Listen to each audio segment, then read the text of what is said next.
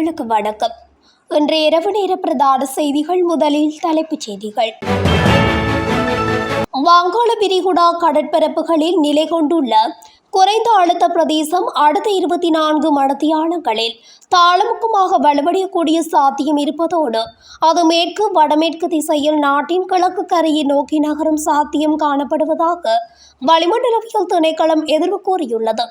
எனவே காற்றின் வேகம் அதிகரிப்பதால் அடுத்த 24 மணித்தியாலத்துக்கான நாட்டை சூழவுள்ள கடற்பரப்புக்கு எச்சரிக்கை விடுக்கப்பட்டுள்ளதுடன் மீனவர்களும் அவதானமாக இருக்குமாறு அறிவுறுத்தப்பட்டுள்ளனர்.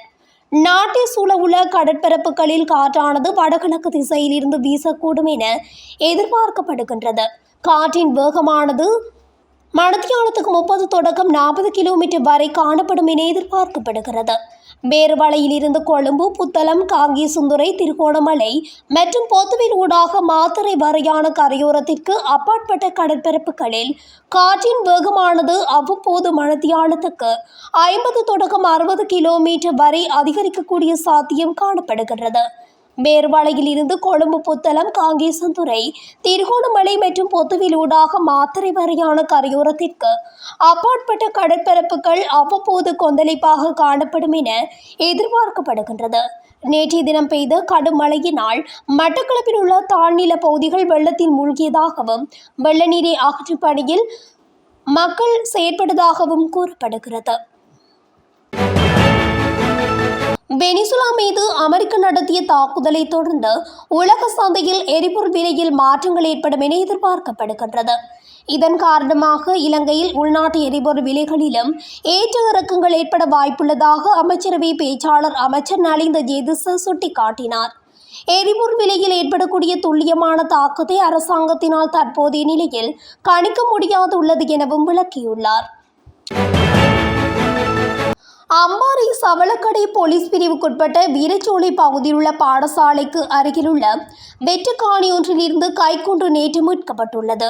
குறித்த கைக்குண்டு யுத்த கால பகுதியில் அப்பகுதியில் நடமாடியவர்கள் பயன்படுத்தி இருக்கலாம் என சந்தேகம் எழுந்துள்ளது. அத்துடன் கைக்குண்டை அந்த இடத்தில் இருந்து அகற்றி செயலிழக்கம் செய்வதற்கான கட்டளை பெறப்பட்டுள்ளதுடன் மேலதிக விசாரணைகள் முன்னெடுக்கப்பட்டுள்ளது. சீரற்ற காலநிலையால் ஏற்பட்ட அனர்த்தங்களினால் சேதமடைந்துள்ள மிளகு, கோப்பி மற்றும் ஏலக்காய் பயிற்சியாளர்களுக்கு நிவாரணம் வழங்க அமைச்சரவை அங்கீகாரம் வழங்கியுள்ளது. நிதி திட்டமிடல் மற்றும் பொருளாதார அபிவிருத்தி அமைச்சராக ஜனாதிபதி சமர்ப்பித்த இந்த யோசனைக்கு அமைச்சரவை அங்கீகாரம் வழங்கியுள்ளது. இதற்கமைய பாதிக்கப்பட்ட பயிர்களை மீளச்செய்கை செய்யும் விவசாயிகளுக்கு ஒரு ஹெக்டேருக்கு உயர்ந்தபட்சம் 4,25,000 ரூபாய் கொடுப்பனவை வழங்க தீர்மானிக்கப்பட்டுள்ளது. திருகோணமலை திரியாய் கிராமத்தில் வீடொன்று தீப்பற்றி எரிந்துள்ளது. குறித்த சம்பவமானது நேற்று இடம்பெற்றுள்ளது. மின் கோளாறு காரணமாக இந்த விபத்து சம்பவம் இடம்பெற்றுள்ளதாக கூறப்படுகின்றது. குறித்த தீ விபத்து சம்பவத்தை அடுத்து குச்சவெளி பிரதேச செயலாளர், குச்சவெளி போலீஸ் நிலைய அதிகாரி மற்றும் திரியாய் கிராம உத்தியோகத்தர்கள் நேரில் சென்று பார்வையிட்டு நிலையை ஆய்வு செய்தனர். கிளிநொச்சி கல்மடு நகர் பகுதியில் பாம்பு கடிக்கு இலக்கான இளைஞர் ஒருவர் உயிரிழந்துள்ளார். நேற்று ஆலய வளாகத்தில் சிரமதான பணியில் ஈடுபட்ட போதே இவ்வாறு பாம்பு கடிக்கு இலக்காகியுள்ளார். குறித்த சம்பவத்தில் உயிரிழந்தவர் 23 வயதுடைய ஸ்ரீகாந்தன் கிருசிகன் கல்மடு நகர் பகுதியைச் சேர்ந்தவர் என்றும் தெரிய வந்துள்ளது.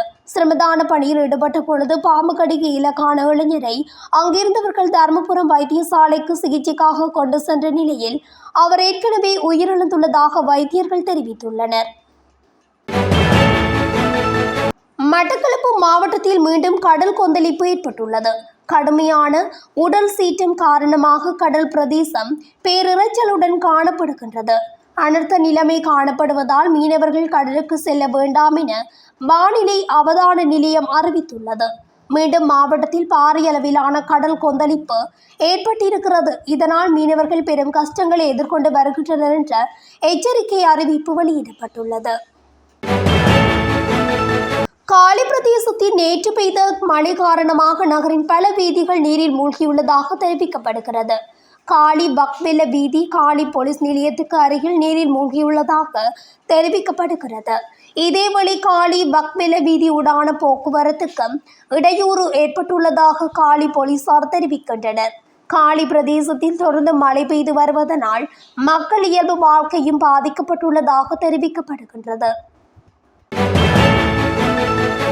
வெண்ணப்புவ பகுதியில் சட்டவிரோத மதுபானம் அருந்தியதாக சந்தேகிக்கப்படும் 5 நபர்கள் உயிரிழந்துள்ளதாக காவல்துறையினர் தெரிவித்துள்ளனர். உயிரிழந்தவர்களில் 3 பேரின் உடலங்கள் வைக்கல பகுதியில் இருந்து கண்டெடுக்கப்பட்டுள்ள நிலையில் மேலும் 2 மாரவில ஆதார வைத்தியசாலையில் சிகிச்சை பெற்று வந்த நிலையில் உயிரிழந்தனர். இவர்கள் அனைவரும் சட்டவிரோத மதுபானம் அருந்தியமையாலேயே உயிரிழந்திருக்கலாம் என போலீசார் சந்தேகிக்கின்றனர். புலத்திசி எல்ல ஒடிசி ரயில் சேவைகள் மீள ஆரம்பிக்கப்பட உள்ளதாக ரயில்வே திணைக்களம் தெரிவித்துள்ளது. அதன்படி புலத்திசி நகரங்களுக்கு இடையிலான கடுகதி ரயில் சேவை எதிர்வரும் 9ஆம் தேதி முதல் ஒவ்வொரு வெள்ளிக்கிழமையும் கொழும்பு கோட்டையிலிருந்து மட்டக்களப்பு வரையும், ஒவ்வொரு ஞாயிற்றுக்கிழமையும் மட்டக்களப்பிலிருந்து கொழும்பு கோட்டை வரையும் சேவையில் ஈடுபடுத்த திட்டமிடப்பட்டுள்ளது. கண்டி தெல்தோட்டையில் நேற்றிரவு முதல் பெய்த மழையினால் அந்நகரில் இருந்து கேவாக்கிட்ட நகருக்கு செல்லும் பிரதான வீதியில் நாராக்கின பகுதியில் நேற்றிரவு மண் சரிவு ஏற்பட்டுள்ளது. மணி அகற்றிய போது மீண்டும் மண் சரிந்து கொண்டே இருப்பதாக தெரிவிக்கப்பட்டுள்ளது. இதனால் போக்குவரத்து பாதிப்பு ஏற்பட்டுள்ளதோடு பொதுமக்களும் மிகுந்த சிரமத்துக்குள்ளாகியுள்ளமை குறிப்பிடத்தக்கது. இலங்கையில் மேம்படுத்தப்பட்ட திரிபோசா வேலை திட்டத்துக்கான தாங்குதிறன் கொண்ட தரப்பண்புடன் கூடிய சோளத்தை அடிப்படையாக கொண்ட உணவு முறைமையை கட்டியெழுப்புவதற்கான கருத்திட்டத்தை நடைமுறைப்படுத்தல், திரிபோசா உற்பத்திக்கு தேவையான சோளத்தின் தரப்பண்பை அதிகரிப்பதற்கும் மற்றும் திரிபோசா விநியோகத்தை பலப்படுத்தும் நோக்கிலும் இலங்கையில் மேம்படுத்தப்பட்ட திரிபோசா வேலை திட்டத்துக்கான தாங்குதிறன் கொண்ட தரப்பண்புடன் கூடிய சோளத்தை அடிப்படையாக கொண்ட உணவு முறைமையை கட்டியெழுப்புவோம் எனும் கருத்திட்டத்தை நடைமுறைப்படுத்துவதற்காக உலக உணவு திட்டத்தின் மூலம் கருத்திட்ட முன்மொழிவு ஒன்று தயாரிக்கப்பட்டுள்ளது. ஒட்டுமொத்த கருத்திட்டத்திற்கு கொரியா சர்வதேச ஒத்துழைப்பு முகவராண்மை $10 மில்லியன் நிதியுதவியை வழங்கியுள்ளது. இலங்கை ஏற்கனவே அறிவித்திருந்த விசா கட்டணமில்லா திட்டத்தை இந்த ஆண்டின் முதல் காலாண்டில் நடைமுறைப்படுத்தும் என வெளிவிவகார மற்றும் வெளிநாட்டு வேலைவாய்ப்பு அமைச்சர் விஜிதஹேர தெரிவித்துள்ளார். இந்த திட்டம் கடந்த ஆண்டு அறிவிக்கப்பட்டிருந்தாலும் இதுவரை நடைமுறைப்படுத்தப்படவில்லை. இந்த ஆண்டின் முதல் காலாண்டிலே இது நடைமுறைப்படுத்தப்படும் என குறிப்பிட்டுள்ளார். இரணிமடு குளத்தின் 6 வான்கதவுகள் நேற்று காலை 9 மணிக்கு திறந்துவிடப்பட்டுள்ளன. காலநிலை எதிர்வு கூறல் மற்றும் இரணிமடு குள நீரேந்து பிரதேசத்தில் கிடைக்கப்பெற்ற மழை வீழ்ச்சியை கருத்தில் கொண்டு இந்த நடவடிக்கை மேற்கொள்ளப்பட்டுள்ளது. 6 வான்கதவுகளின் 2 வான்கதவுகள் 6 இன்ச்சுக்கும் 4 வான்கதவுகள் 1 இன்ச்சுக்கும் திறந்துவிடப்பட்டுள்ளன. கொழும்பில் போக்குவரத்தை கண்காணிக்க பொருத்தப்பட்டுள்ள கிட்டத்தட்ட 130 பாதுகாப்பு கேமராக்களில் பல்வேறு கோளாறுகள் காரணமாக 50க்கும் மேற்பட்ட கேமராக்கள் செயல்படாமல் போய்விட்டதாக போலீஸ் போக்குவரத்து தலைமையகம் தெரிவித்துள்ளது. போலீஸ் கேமரா கண்காணிப்பு பிரிவால் கண்காணிக்கப்படும் இந்த கேமராக்கள் முறையாக பராமரிக்கப்படாததாலும் நவீன கேமராக்கள் பொருத்தப்படாததாலும் இந்த நிலைமை ஏற்பட்டுள்ளதாக தெரிவிக்கப்படுகிறது. மேலும் போக்குவரத்து விதிமுறைகளை செய்யும் சாரதிகளை கண்டறிந்து அவர்களுக்கு எதிராக சட்ட நடவடிக்கை எடுக்கும் செயல்முறை சமீபத்தில் ஆரம்பிக்கப்பட்டுள்ளது. பல்வேறு கோளாறுகளுக்குள்ளாகியுள்ள கேமராக்களை கொண்டு போக்குவரத்து விதிமுறைகளை செய்யும் சாரதிகளை கண்டுபிடிப்பது கடினமான செயற்பாடு என குறிப்பிடப்பட்டுள்ளது. இத்துடன் தமிழொலியின் இன்றைய காலை நேர தலைப்புச் செய்திகள் நிறைவடைகின்றன.